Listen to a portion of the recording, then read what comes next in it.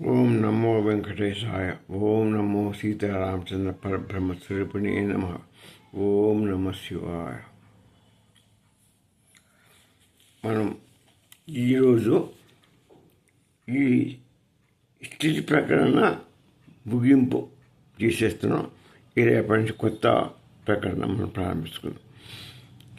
ఈ స్థితి ప్రకరణం ఒక పరి అట్లా టోటల్ సమ్మరీ మనం తెలుసుకొని దీన్ని ఈరోజుతో ఈ స్థితి ప్రకరణ మనం ఉపయోగించేద్దాం. ముఖ్యమైనటువంటి ఒక ఇది మనం తీసుకున్నాం.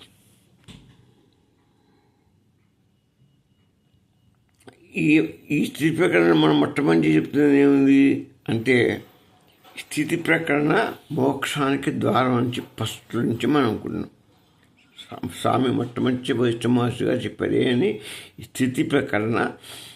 స్థితి ప్రకరణ అంటే ఈ స్థితి మనం సమాధి ప్రతి మన మనస్సుని సమాస్థితిలో ఉంచడం, లేకపోతే స్థితి ప్రజ్ఞగా మనం తయారు కావటం, మనస్సుని నిలకడలో పెట్టడం.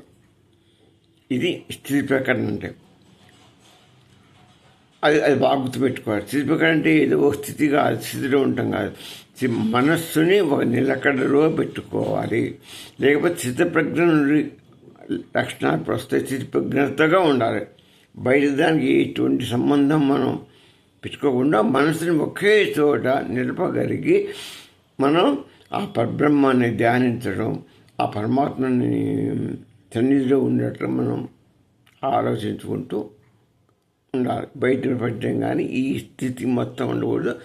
ఒక్క ఆత్మజ్ఞానాన్ని కొరకు మనం సాధించుకో, ఆత్మ పైన పరమాత్మ పైన మనం మనసుని స్థిరీకరించాలి. అది స్థితి ప్రకటన. అందుకని ఈ మనస్సు ఈ స్థితి ప్రకటన ఏంటంటే ఈ మోక్షానికి ద్వారం. అంతే కదా. ఇది అట్లా నేర్చుకుంటే మోక్షానికి ద్వారం, ఎంట్రన్స్ అన్నమాట. ఇది ఎంట్రన్స్ గేటు. ఇది మోక్షానికి ఎంట్రన్స్ గేట్ అన్నమాట. ఈ స్థితి ప్రకటన నేర్చుకుంటే మనం అక్కడికి దీన్ని దాటితే ఇక ఇది వస్తే ఇది అలవాటు. స్థితి ప్రకటన మనం ఆటోమేటిక్గా మోక్షంలో గదిలోకి వెళ్ళిపోయింది.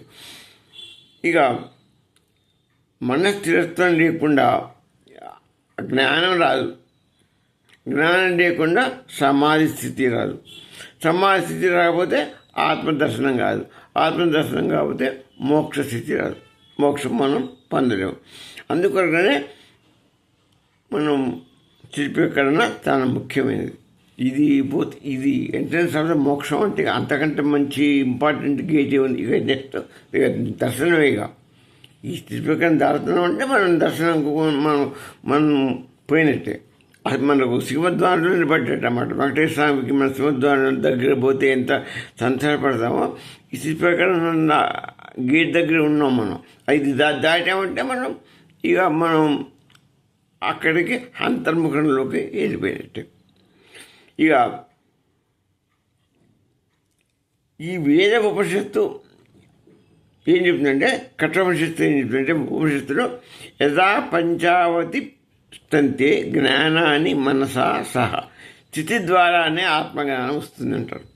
అంతేకాదు, స్థితి ద్వారానే అదేం చెప్పింది, నీకు యథా పంచ ప్రతిష్టంతే జ్ఞానాన్ని మనసా సహా అప్పుడే వస్తుంది. మనం స్థితి ప్రకరణంగా ఉండగలిగితే, స్థితి ప్రకరణ లక్షణాన్ని నేర్చుకుని మనసును ఒక నిలకడగా నిలబెట్టగలిగి పరమాత్మని ధ్యానిస్తే ఆటోమేటిక్గా నీకు స్థితి ఆత్మజ్ఞానం వస్తుంది. ఆత్మజ్ఞాన దర్శనం నీకు లభిస్తుంది అని చెప్పింది.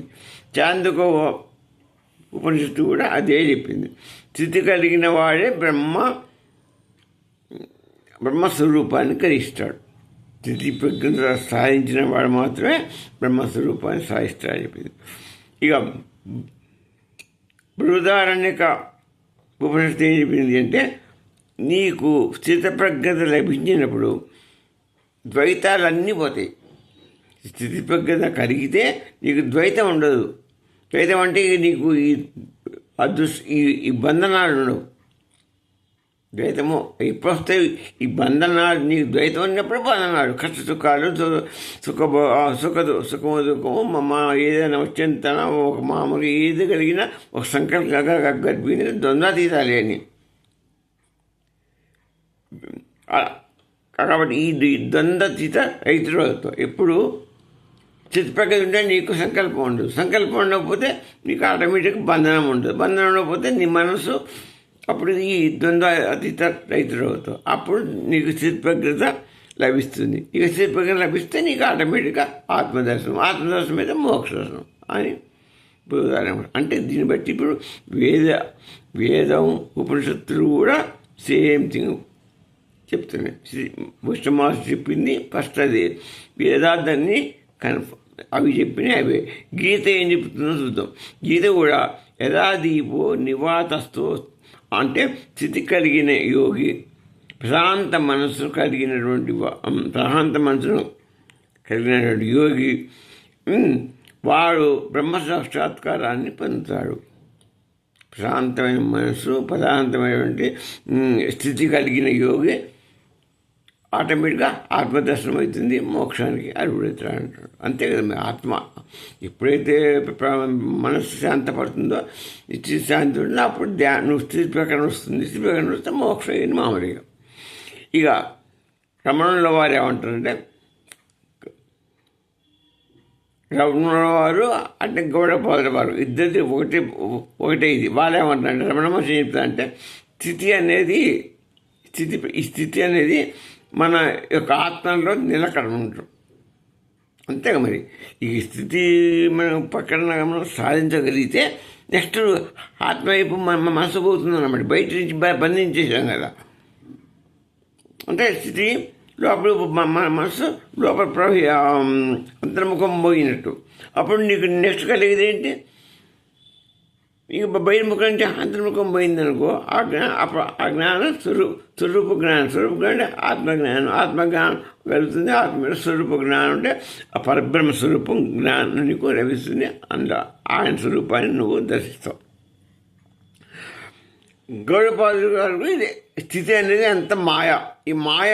ఈ స్థితి అంటే మాయ కాదు, సారీ.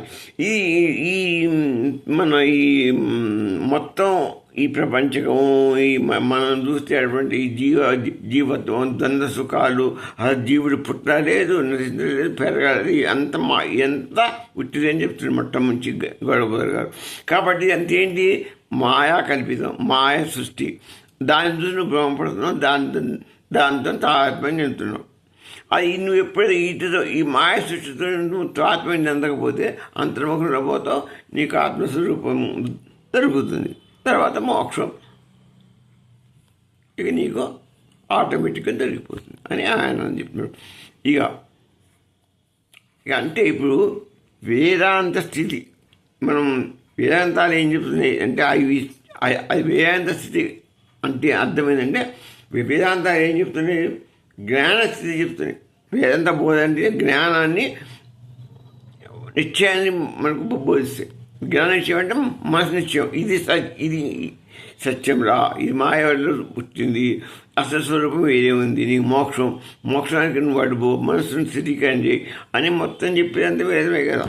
ఉపనిషత్తులో వేదమే చెప్తుంది మొత్తం. మన మార్గం నుంచి వేదమే, అదే జ్ఞానం. ఆ జ్ఞానాన్ని చెప్పేది వేదస్థితి, జ్ఞాననిశ్చయం. ఇకపోతే యోగం ఉంది. యోగం అంటే పద్దెనిమిది మహర్షి గారు యోగం గురించి చెప్పారు. ఆ యోగ స్థితి వల్ల ఆయన గారు ఏం చెప్పారు యోగంలో అంటే, ధారణ నీకు కలుగుతుంది, ధారణ ద్వారా ధ్యాన నిశ్చయం వస్తుంది. నిశ్చయం తర్వాత నీకు ఫైనల్గా సమాధి స్థితి సంపాదించగలుగుతావు. సమాధి స్థితి అంటే ఇక్కడ నీ మనసుని మొత్తం బంధించినట్టు, మొత్తం మన స్థితి ప్రజ్ఞపై మన మనసుని అంతర్ముఖంలో వైపు నిశ్చలంగా దాన్ని ఉంచగలిగే అంతర్ముఖంలోకి మనం తీసుకుపోవడం ఉంటుంది. మనసుని స్థిరంగా నిలబడడం. ఎక్కడికి? అంతర్ముఖంలోకి నిలబడితే ఆత్మజ్ఞానం నిస్తబ్దంగా ఉండి ఆ విధంగా మౌనం దాల్చి మనస్సుని స్థిరీకరిస్తే సమాధి స్థితిలోకి నువ్వు వెళ్ళిపోతావు. వెళ్ళిపోయినావంటే నీకు ఆత్మదర్శనం అవుతుంది. ఆత్మదర్శనం మోక్షం. ఇక బౌద్ధ మతం అనేది ఇంకోటి ఉంది. అది ఆ మతం ఏం చెప్పండి, అదే స్థితి, దాని స్థితి ఏంటంటే నువ్వు శూన్యతను మనసుని కనుక నిశ్చలంగా నిలబెట్టగలిగితే మొత్తం శూన్యంలో ఉంటాం. శూన్యతని నిరకల్లో ఉంటాం. నీ మనసుని శూన్యతని నిలబెట్టాలి అంటే అక్కడ శూన్యం మైండ్ని బ్లాంక్ చేయాలి. బ్లాంక్ చేయాలంటే బయట యొక్క వాటిని దేన్ని కూడా ఆలోచించకుండా నీ మనసు ప్రశాంతమైన చిత్రం ఆలోచన, అక్కడ ఏ ఆలోచన ఏది లేకుండా ఒక ఎంప్టీ లాగా ఉంచి మౌనంగా దాచి నువ్వు దానిలాగానే ధ్యానం చేస్తూ ఉంటే ఆ స్థితిలో శూన్యంలో ఎక్కడ పెడితే నీకు ఆటోమేటిక్గా విరక్తి వచ్చేస్తుంది. ఏది ఇది ఈ లోకం మీద, ఈ మాయా సృష్టి మీద విరక్తి. ఇప్పుడు ఇదంతా ఉట్టిదే ఎంత అని మనకు ఆటోమేటిక్గా అర్థమైపోతుంది.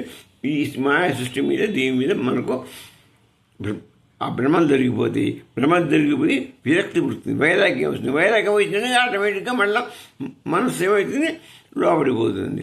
ఆత్మదర్శనం మీద నువ్వు సాధిస్తావు అని వారు చెప్పారు. ఎవరు? బౌద్ధుడు, బౌద్ధ మత సిద్ధాంతం అది వాళ్ళది ఏంటి, విరక్తి భావనలో ఉండాలంటారు. విరక్తిగా జీవిత సన్యాసులతో తీసుకొని నీకు అందులో విరక్తి భావనలో ఉంటే నీకు ఆటోమేటిక్గా మనసు నిశ్చలతత్వం పెట్టుకొని ఉంటే నీకు జ్ఞానోత్పత్తి. అనుకుని బౌద్ధుడు బుద్ధ మార్గ సిద్ధార్థుడు రాజు కింద కూర్చొని ఎన్నో సంవత్సరాలు ఏం ఆలోచించుకున్న మనసుని బంధించి ఆయన మన తపస్సులాగా చేస్తే విరక్తి అంటేనే మౌనం దాచేస్తుంది. ఒక చీకని పెట్టి ఎన్నో సంవత్సరాలు ఆయన చేస్తే ఆయనకి ఏమొచ్చింది, జ్ఞానోదయం వచ్చింది. జ్ఞానోదయం వచ్చిందంటే జ్ఞానం కలిగింది. జ్ఞానం ఏమైనా కలిగింది, ఇప్పుడు మనం చెప్పుకున్న జ్ఞానమే ఉత్పత్తికి ఆయన మార్గం. అది చేసుకుంటే జ్ఞానం వచ్చింది. దానివల్ల ఆత్మజ్ఞానాన్ని ఆయన సంపాదించుకున్నాడు. సంపాదించుకొని ఆయన జీవితాన్ని ఆయన సాధించి ఆయన మోక్ష మార్గానికి పోగలిగాడు. ఒక్కొక్కరు మనం ఒక ఊరి పోవాలంటే ఎన్నో మార్గాలు ఉంటాయి. ఆ మార్గాల ద్వారా ఒక్కొక్కళ్ళు ఒక్కొక్క మార్గంలో చేరుకుంటారు. అట్నే బుద్ధుడు అది ఆ స్థితి. యోగుడు పతంజలి మహర్షి చెప్పింది సమాధి స్థితి. వేదాంత స్థితి అది వేరే.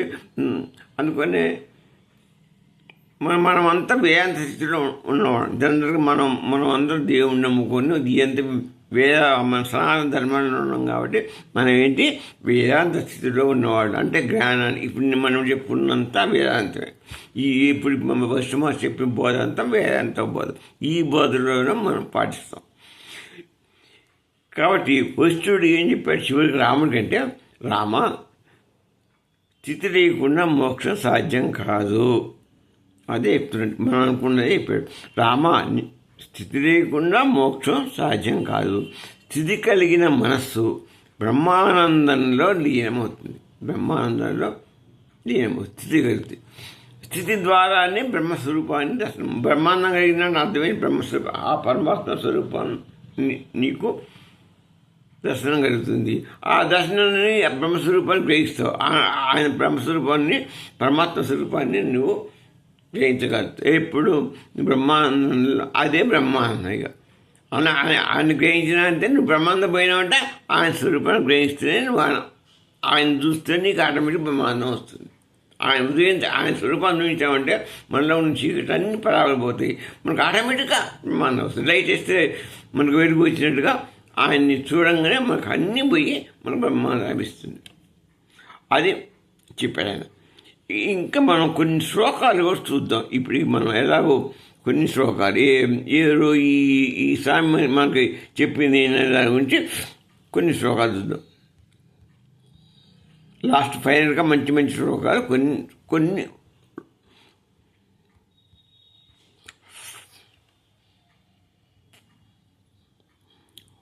స్థితి పరమార్థం. నస్థితి నచ చలనం నసాధ్యో నచ సాధనం. నస్థితి నచ చలనం నసాధ్యో నచ సాధనం. యథాభాసే తదా తిష్ట స్వరూపే బ్రహ్మణి స్థిర. నస్థితి అర్ధచలనం అంటే స్థితిప్రకరణ ప్రత్యేకంగా స్థితిప్రకరణ లేకపోతే మనకి చలనం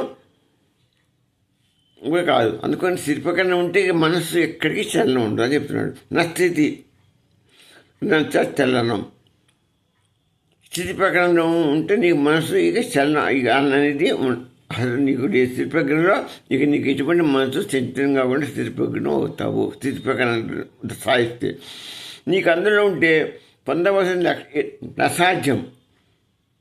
నచలనం నువ్వు ఎక్కడికి నిన్ను ఏది కలిగించలేదుగా. నచలనం అంటే నసాధ్యం, నీవు పొందవలసిన లక్ష్యం కూడా ఏం లేదు, నసాధ్యం. నీకు సాధించవలసింది ఏది లేదు, నసాధ్యం అంటే అది. ఇక నువ్వు స్థితి ప్రకరణ సంపాదించావంటే ఇక నీకు సాధించవలసింది ఆటోమేటిక్గా అన్నీ వస్తాయి. మిగతా నసాధ్యం, నువ్వు సాధించవలసింది ఏమీ లేదు. నసాధనం మార్గం నీకు అది కూడా ఏం లేదు, సాధ్యం లేదు, సాధ్యం కాందంటూ లేదు, సాధించవలసింది లేదు, సాధ్యం కాందంటూ లేదు. ఇక ఎప్పుడు స్థితి ప్రకరణకి వస్తే అన్నీ వచ్చేటానికి ఇక నీకు రాందంటూ ఏమీ లేదు. స్వరూపే తిష్టే, అప్పుడు నీవు స్వరూపంలో తిష్ట వేసి కూర్చుంటావు. స్వరూపంలో అంటే ఆ బ్రహ్మస్వరూపంలో నువ్వు తిష్ట వేసి ఉంటావు. ఆ స్థితిలో ఉంటే అదే నీకు మోక్షం. ఇక స్వరూప జ్ఞానం వచ్చిందంటే కదా. ఇక పరమార్థ దృష్టిలో నీకు బంధం లేదు. ఎవరికి నీకు ఈ ప్రతిపకరణ వస్తే నీకు బంధం లేదు, మోక్షము లేదు, సాధన లేదు, సాధ్యం ఇంకా సాధించవలసింది లేదు. ఇది అజాత దృష్టిగా. ఇక నీకు అజాత నీకు సాధించవలసినటువంటి ఏమి ఆటోమేటిక్గా నీకు అజాత దృష్టి నువ్వు సంపాదించే ఇదే పరబ్రహ్మ నిశ్చయ స్థితి. ఏది అదే అజాత దృష్టి అంటే ఏంటి? ఇక నువ్వు ఇంకా సాధించవలసింది అందరు సాధించిన అంటే నువ్వు అజాశత్రువు అన్నట్టు. అజాశత్రువు అంటే అది ఎక్కడ పోయా నువ్వు ఆ పరబ్రహ్మంలో పోతావు అని చెప్తున్నాడు. ఇంకో వాసనాక్షయ సమాప్తి, వాసనాక్షయ సంపూర్ణే మనోనాశే సునిశ్చితే ప్రపంచో లీయతే తత్వ స్వయం వాతం చిదంబరం. వాసన మొత్తం క్షయమైపోయి సంపూర్ణంగా చలనమై పోయినప్పుడు నీకు మనోనాశం ఆటోమేటిక్గా జరుగుతుంది. మనోనాశం జరుగుతుంది, ప్రపంచం లీయతే, ఈ ప్రపంచమంతా కూడా నీకు ఇక లయమైపోతుంది. ఈ ప్రపంచం ఈ సంసారాలు ఈ మాయా సృష్టి అంతా పోతుంది, అంత లయమైపోతుంది. ఇప్పుడు నీకు స్థిరపకం కదా ఆటోమేటిక్గా పరమాత్మ స్వరూపం అంతర్ముఖం అయిపోయావు. అంతర్ముఖం అయిపోతే నీకు ఆత్మ వెలుగుగా కనిపిస్తుంది. ఆ వెలుగు అది పెట్టిన ఈ చీకటి మొత్తం మాయ చీకటి మొత్తం వెళ్ళిపోతుంది. ఆత్మ ప్రకాశించిందంటే ఈ మాయా చీకటి ఆటోమేటిక్గా నిన్ను తప్పించుకోబోతుంది. ఇక వెళ్ళిపోయినట్టు ఇక ఉండదు, అది తెచ్చుకొని మారిపోతుంది. అప్పుడు అది పోయిందంటే ఈ ప్రపంచం ఉండదు, ఈ సంసార బంధం ఉండదు, ఏది ఉండదు. అదే చెప్తున్నాడు స్వామి. అప్పుడు నీ మిగిలేదు ఏంది మరి? అంత పోతే చిదంబరం చైతన్య ఆకాశం, చిదాకాశం మాత్రమే నువ్వు మిగులుతుంది. అంత పోతుంది మాయాశ్వరుడు పోయి మిగిలిది ఏంటి? చిదాకాశం అంటే ఆ చైతన్య స్వరూపం పరబ్రహ్మ స్వరూపమే మిగులుతుంది. చిదాకాశం మాత్రమే మిగులుతుంది. అంటే ప్రపంచం అయితే ఒకటి, నీకు ప్రపంచం లీయతే, కిందగా ప్రపంచ లీయతే అన్నాడు. ప్రపంచ అనుభవం లయమవుతుంది. మన యొక్క అనుభవం లేదు, ప్రపంచం ఎక్కడికి పోదు. ప్రపంచం సంసార బంధం ఇలా కంటిన్యూ అయ్యేవాళ్ళు అవుతూనే ఉంటారు. ఎవరైతే తిరిగి సంపాదించి ఇదంతా చేసే వాళ్ళకి మాత్రం ఈ ప్రపంచం లయమైపోతుంది. ఇప్పుడు మనం కనుక స్థిరీకరణ మన మనసుని స్థిరీకరణ పొజిషన్ పెట్టక స్థిరప్రజ్ఞం అయితే మనకు ఈ ప్రపంచం ఇక లయమైపోతుంది. ఈ యొక్క ప్రపంచ అనుభవం పోతుంది. ఈ మొత్తం ఈ సంసార బంధనాలు పోతాయి, ఇవన్నీ మనకు పోతాయి మళ్ళీ. కానీ ఏదో ప్రకారం మిగతా వాళ్ళందరికీ ప్రపంచం కొనసాగుతూనే ఉంటుంది. ఈ మాయా సృష్టి దాని ప్రభావం మిగతా వాళ్ళ మీద కొనసాగుతూనే ఉంటుంది. ఎవరైతే స్థితప్రజ్ఞులైనా వాళ్ళని మాత్రం బాధించదు ఇక మాయ. అది తెలుసుకోవాలి. ఈ ప్రపంచం నశించదు, ప్రపంచ భావన మనకు నశిస్తుంది. మిగతా వాళ్ళ మీద ఏ ప్రకారం దాని ప్రభావం అది నడుస్తూనే ఉంటుంది మళ్ళీ.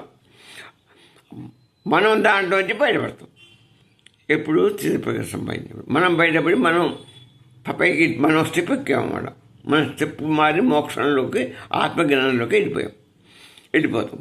మిగతా వాళ్ళ వచ్చేంతవరకు వాళ్ళు అట్టం కొట్టుకుంటూ కూర్చొని జన్మనెత్తుకుంటూ జన్మ బాధలు ఈ లోకంలో పడే బాధలన్నీ అలానే పడుతూ ఉండాలి. ఎప్పటివరకు స్థితిప్రజ్ఞ ఉండి మా ఆత్మజ్ఞానం వాళ్ళు సంపాదించుకునేంతవరకు వాళ్ళు అట్టే బాధపడతారు. మనం చేయగలిగింది. జీవన్ముక్తుని లక్షణం ఎలా ఉంటుంది? వ్యవహారే స్థితోపి స్యాత్ నచిత్తే కలుషం క్వచిత్ సహజా సాపరా శాంతి జీవన్ముక్తస్య లక్షణం. వ్యవహారే స్థిత ప్రపంచంలో ఈ మనం ఎవరు జీవన్ముక్తులు వాళ్ళ లక్షణాలు వ్యవహారే స్థిత అంటే ఇక్కడ ప్రపంచంలోనే ఉంటాడు, ఇక్కడనే ఇంట్లో తిరుగుతాడు. కానీ ప్రపంచంలో ఉన్న మనస్సు ఇక్కడ ఉండదు, ఆత్మజ్ఞానం మీదనే ఉంటుంది. పనులు చేస్తాడు, ఈ ప్రపంచంలో ఉన్న దీంట్లో అలీనంగాడు, లోపల ఆత్మజ్ఞానాన్ని స్మరించుకుంటాడు, పరబ్రహ్మాన్ని స్మరిస్తుంటాడు. పనులు చేసినా కూడా పరబ్రహ్మాన్ని చేశాడు, నేను కాదనుకుంటాడు. మొత్తం పరబ్రహ్మం స్వరూపాన్ని ఇస్తాడు, పరబ్రహ్మాన్ని తరుస్తాడు. మొత్తం పరబ్రహ్మ దృష్టి ఉంటుంది.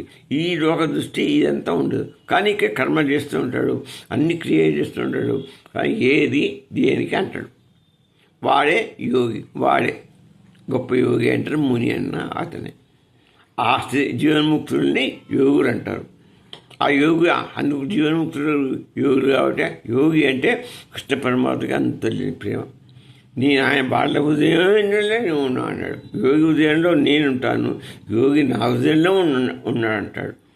అంటే జీవన్ముక్తులను చూస్తే భగవంతుని కూడా అంత ప్రేమ. ఎందుకంటే వీడు నన్ను స్మరిస్తున్నాడు, నా దగ్గరకు వస్తున్నాడు అని ఆయనకు ప్రేమ. అది నా బట్టి ఈ ప్రపంచం కొట్టుకుంటున్నాడు, అక్కడే ఉంటున్నాడు, కానీ నా దగ్గర రావట్లేదే అయ్యా, ఎంత చెప్పినాడు ఆడు వీడు అన్న భావంతో ఆయనకి చాలా సంతోషంగా చెప్పాడు అన్నమాట. యోగినే నేను ఇక విశ్లేషణ. జీవన్ముక్తులు హరణంలో ఉండొచ్చు, రాజ్యంలో ఉండొచ్చు, సమాజంలో ఉండొచ్చు. ఎక్కడ ఉన్నా వాడి ధ్యాస, వాడి అనుభవం అంతా కూడా పరమాత్మ స్వరూపంలోనే ఉంటుంది. కానీ ఆయనే నిత్య చిదాకాశ పరమాత్మ స్వరూపం ఎక్కడుంది? చిదాకాశంలో. కాబట్టి వాడి యొక్క మనస్సు, వాడి యొక్క ఆలోచన అన్నీ కూడా చిదాకాశం మీదనే, పరబ్రహ్మ స్వరూపం మీదనే ఉంటాయి. ఈ బ్రహ్మనిష్ట పరిపక్వత. నిర్వికల్పో సమాధిస్తూ నిత్యబోధ పరాయణ నపశ్యతి ద్వయం కించిత్ సబ్రహ్మణేన లీయతే. అంటే నిర్వికల్ప సమాధితో, నిర్వికల్ప సమాధి స్థితికి కనుక నీకు వచ్చిందంటే అంటే స్థితప్రజ్ఞుడు లక్షణం. అంటే ఈ లోకంలో నీకు నిర్వికల్ప ఒక తోట స్థితప్రజ్ఞుడే జీవన్ముక్తుడం అనుకోవాలి. జీవన్ముక్తుడన్నా నిర్వికల్పుడన్నా వీళ్ళ ఆయన పర్యాపదాలు. స్థితప్రజ్ఞుడన్నా ఇవన్నీ ఓ పర్యాపదాలు. నిర్వికల్ప సమాధితో నిత్యబోధ పరాయణ. నిర్వికల్పుడికి ఈ ద్వంద్వాలనేవి ఈ కలవు. వాడికి ద్వంద్వరహితుడు అంటే కష్ట సుఖాలు కానీ ఏది కలదు. నిర్వికల్పుడు అంటే మనగుణంగా ఆటోమేటిక్గా అతనికి పరమాత్మ మీదనే లీనమై ఉంటాడు, ఆత్మ మీదనే లీనమై ఉంటాడు. ఆత్మజ్ఞానం ఆయనకు లభిస్తుంది. ఆత్మజ్ఞానం వచ్చిందంటే పరమాత్మ జ్ఞానం వచ్చిందంటే పరమాత్మలోనే ఇది ఉంటాడు. అందుకనే అతడు రైతుడు ఆయనకి ఇది ఉండదు, ఏది దీమేరపడ్డు ద్వయాన్ని పసది. ఈ ద్వైతం అనేది చూడడు, లీనమవుతాడు. ఆత్మజ్ఞానం ఉంది, ఆత్మ మీద లీనమవుతాడు, పరబ్రహ్మ మీద లీనమైపోతాడు ఆటోమేటిక్గా. అప్పుడు ఆయనకి ఏది అంటది, ఈ లోకం ఏది కనపడదు అసలు. ఆ పరబ్రహ్మ స్వరూపమే కనపడుతుంది. ఆయన మీద ధ్యాస పెట్టుకుంటాడు, చివరికి జీవితాన్ని సాధిస్తాడు. ఆ పరబ్రహ్మంలో కలిసిపోతాడు. ఎవరు? జీవన్ముక్తుడు, నిర్వికల్పుడు. ఇది జడస్థితి కాదు. వాడు ఏం కల్పించుకోవట్లే అంటే వాడు ఒట్టిగా జడంగా ఉండడు, చల్లబోతుడే ఉంటాడు. కానీ మనస్సు ఇక్కడ ఉండదు, ఈ లోకంలో ఉంటాడు, ఈ లోకంలో తిరుగుతుంటాడు. జడస్థితి కూర్చొని ఏ పని చేయకుండా ఉట్టిన ఉండడు. జడస్థితి కాకుండా ఈ లోకంలో ఉంటాడు, ఇక్కడ క్రమలన్నీ చేస్తాడు. కానీ దేనికి అంటాడు, అంత భగవంతుని మీద దృష్టి ఉంటుంది. భగవంతుని మీదనే అన్ని కర్మలన్నీ ఆయనకి చెప్తాడు. కర్మ ఫలితం కర్తృత్వం భోక్తృత్వం మొత్తం ఆయనకి చెప్పి కూర్చుంటాడు మొత్తం ఇక పరబ్రహ్మమే తత్వంలో ఉన్నట్టు పరబ్రహ్మంలో లీనమైపోతాడు. ఇది చైతన్య ఘనత్వం.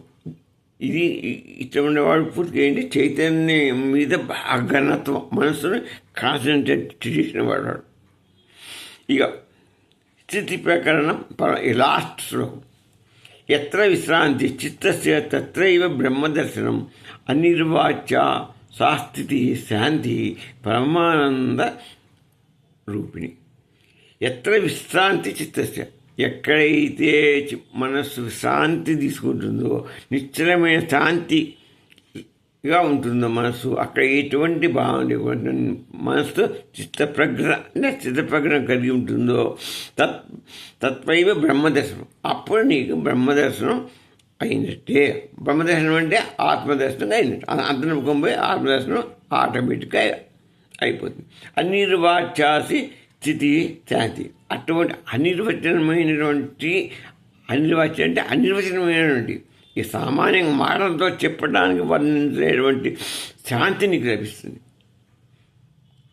అప్పుడు ఆ అనిర్వచనమైన శాంతి లభిస్తే నీకు పరమానందం కలుగుతుంది. పరమానంద కలిగిందంటే ఏంటి? పరమానందం కంటే బ్రహ్మానందం ఎప్పుడు కలుగుతుంది? స్వరూపాన్ని కనపడుతుంది. స్వరూప దర్శనం అయితేనే నీకు ఈ మొత్తం అజ్ఞానం మాయాస్థితి మొత్తం వెళ్ళిపోతుంది. నీకు పరమానందం కలుగుతుంది. అప్పుడు శాంతి ఏర్పడుతుంది, నిశ్చలమైన శాంతి. ఆ అనిర్వాచ్య శాంతి అంటే అదే మాటలకు అన్నటువంటి శాంతి, మాటలకు అన్నటువంటి బ్రహ్మానుభూతి అంతా కలిగి బ్రహ్మానందంలో నువ్వు ఆ స్వరూపుడు, ఆ పరబ్రహ్మ స్వరూపత్వం మనకు కంటికి కనపడి మనం ఆటోమేటిక్గా ఆ బ్రహ్మస్వరూపంలో మనం లీనమైపోతాం. మనకు బ్రహ్మానందం మాత్రమే మిగులుతుంది. ఆయనతో పాటు మనం ఉంటాం, ఆయనలో లీనమైపోతాం. ఆటోమేటిక్ బ్రహ్మానందమే ఉంటుంది. ఇక అదే ఎండ్.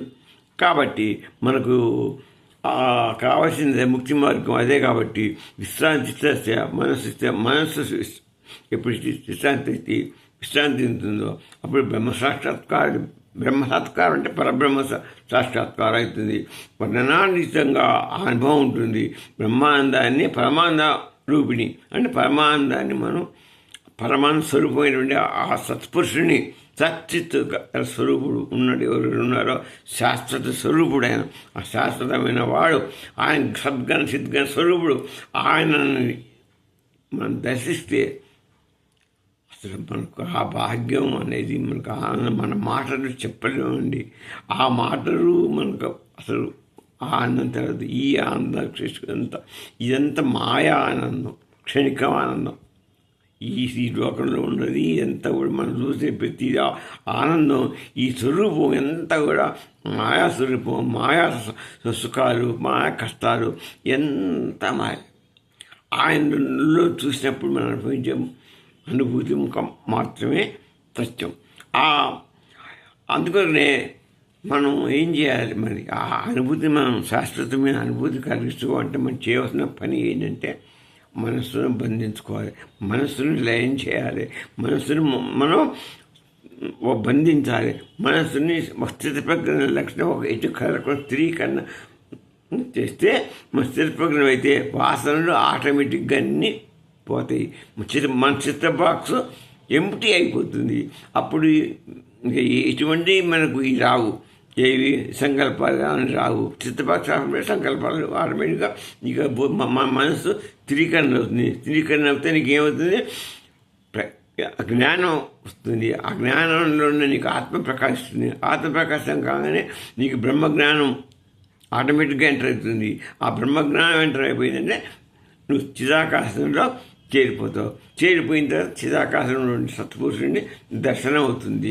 ఆ సత్పురుషుడిని శాశ్వతమైన వాడు కావన్నా ఆయన సహజ స్థితి అది. ఆ సత్పురుషుడే సహజమైన స్థితి, అది శాశ్వతమైనది, అపూర్వమైనది, అది అచంచలమైనది, అచలమైనది. కాబట్టి ఆ స్థితిని గుర్తించి మనం మోక్ష సాధన చేసుకోవటమే.